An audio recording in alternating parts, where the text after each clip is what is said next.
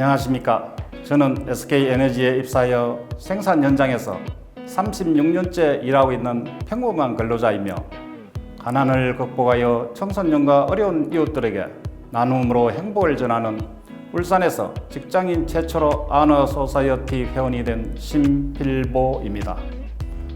한 빈농의 사남 이녀 중 막내 아들로 태어나 어려운 집안 형편으로 어릴 적부터 지게를 지고 산에 나무하러 다니기 시작하였으며 방과 후에는 집안일을 도운다고 친구들과 제대로 놀아본 기억이 없는 쌀밥 한 번 실컷 먹어보는 게 소망이었던 아이였지요. 제가 오늘날과 같은 나눔의 계기가 된 것은 중학교 때 수학여행 가는 날이었는데 어머니께서 울산 장에 가신다고 다라이를 역까지 들어달라고 했습니다. 아무 생각 없이 역에 갔는데 그때 친구들이 수학여행 간다고 모두 역에서 열차를 기다리고 있는 것을 보고 부끄럽기도 하고 한편으로는 부럽기도 하였지요. 집으로 돌아오는 길에 마음속으로 한없이 울면서 나하고의 약속을 하게 됩니다. 세월이 흐르고 어른이 되어 어느 정도 형편이 되면 현재 나와 같은 처지의 청소년이나 어려운 이웃을 위하여 도움이 되는 일을 하겠다고 다짐을 했습니다. 고등학교 졸업 후 어려운 형편으로 대학 진학을 포기하고 지원 입대하면서 부모님께 인사를 드리니 아들을 잠시 여행 보내는 듯 그냥 잘 갔다 오너라 하시던 어머님께서 훈련소로 보내온 구구절절한 편지를 받아보고 남몰래 화장실에 가서 얼마나 울었는지 모릅니다.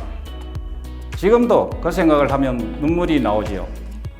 다시 한 번 더 어머님의 깊은 속마음을 느끼면서 은혜에 대해 다시 생각하는 계기가 되었고 하루빨리 군 생활을 마치고 제대하여 부모님을 모셔야 되겠다고 다짐을 하게 되었죠. 제대 후 부모님 모시고 고향에서 농사 일하면 살까 아니면 취업을 하여 집을 떠나야 하나 고민하던 때 갑자기 아버님께서 세상을 떠나셨습니다.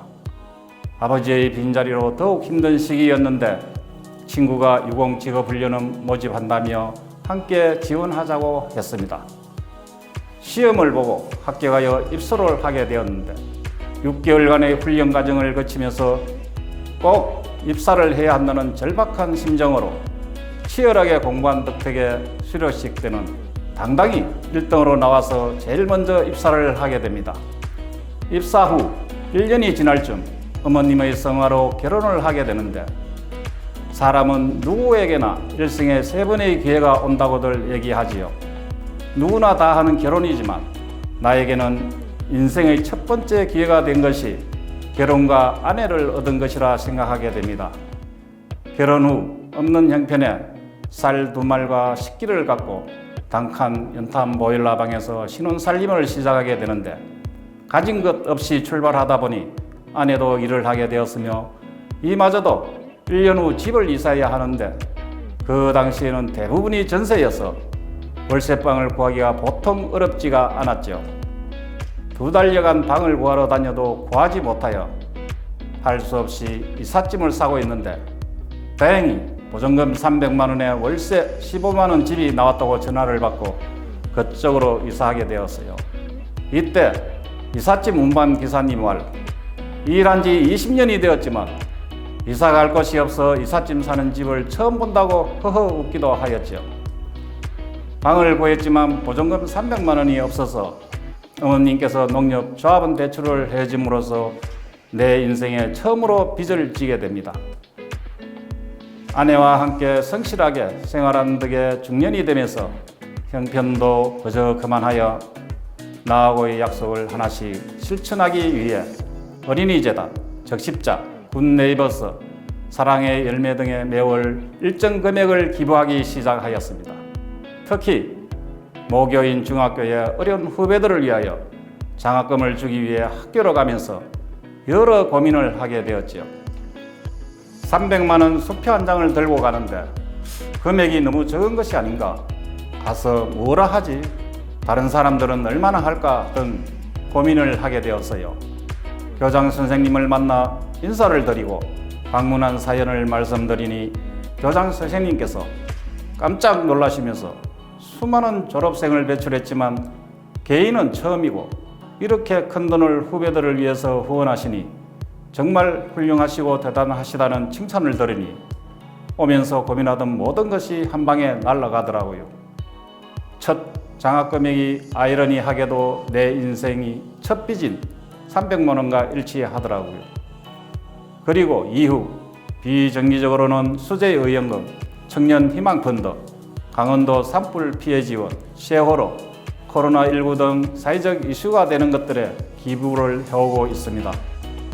나와의 약속을 지켜나가기 위하여 지속적으로 기부 및 장학금 등 또는 사회적 이슈가 된 일에 기부를 하면서도 나눔 활동을 잊지 않고 여러 곳에 봉사 활동을 해오고 있으며 사내에 후원 동아리를 결성하여 무료 급식소 및 장애인 시설에 후원을 함께 하고 있습니다. 아이들이 한참 성장하여 많은 돈이 많이 필요할 때는 여러 어려움이 있어서 기부를 중단할까 하는 고민에 빠진 적도 있지만 현재는 조금 어렵지만 세월이 지나면 나아지겠지 하는 생각으로 나눔을 이어나가고 있습니다. 매월 일정 금액을 기부하다가 2016년 초 평소에 관심을 갖고 있던 고액 기부자 모임인 아너 소사이어티 클럽 회원 가입으로 통큰 실천을 하면서 좀 더 자신과의 약속을 실천해 나가고 있으며 또한 어린이 재단에도 꾸준한 기부의 공로로 어린이 리더 명장이 되기도 하였으며 울산에서 직장인 최초의 아너 소사이어티 회원이 될 수 있었던 것이 나에게는 내 인생의 두 번째 길이라고 생각하게 되었습니다. 아너 소사이어티 회원이 되는 것이 돈이 많다고 다 할 수 있는 것이 아니지 않은가요? 이 공로로 인정받아서 국민나눔대상 보건복지부 장관 표창 및 울산광역시 이웃사랑 유공자 시상에서 울산시장 표창을 수상하기도 하였습니다. 일반적으로 사람들에게 어려운 이웃을 위하여 기부 좀 하시지요 하면 대부분 사람들은 기부는 부자나 재벌이 하는 것이라고 하지만 부자의 기준이 어디에 나와 있나요? 제 개인적인 생각으로는 각종 세금 내는 것을 걱정하고 고민하면 부자가 아닐까 합니다. 고임금 근로자, 개인사업자, 자영업자 등 세금 내는 것을 걱정한다면 상대적으로 부자로 볼 수 있지 않을까요? 기부는 누구나 할 수 있습니다. 많고 적음의 문제가 아니라 마음이 있다면 자신의 형편에 맞게 하면 되지 않을까요? 이것이 진정한 나눔의 가치가 아닐까요?